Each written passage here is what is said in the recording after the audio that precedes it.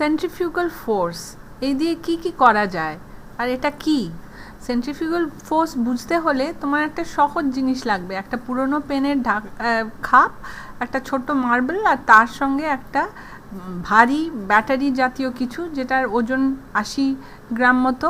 সেটাকে দেখবে তুমি যদি এটা ঘোরাতে থাকো, ওই ভারী ওজনটা ওই ছোট্ট একটা গুলি ওটাকে তুলে নিয়ে আসবে ওপরে।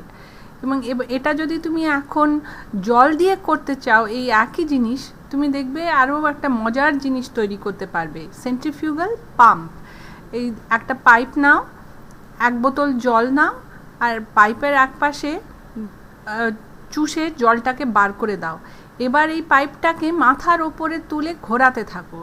দেখো কি হচ্ছে, কিভাবে বোতলের জল পাইপ দিয়ে বাইরে বেরিয়ে আসছে এবং চারিদিকে ছড়িয়ে দিচ্ছ তুমি। এ কি সুন্দর, এবং তুমি বৃষ্টি তৈরি করছো সেন্ট্রিফিউগাল পাম্প দিয়ে। গরমের সময় এই রকম রেন পাম্প তৈরি করলে কি মজা হবে ভাবো দেখি।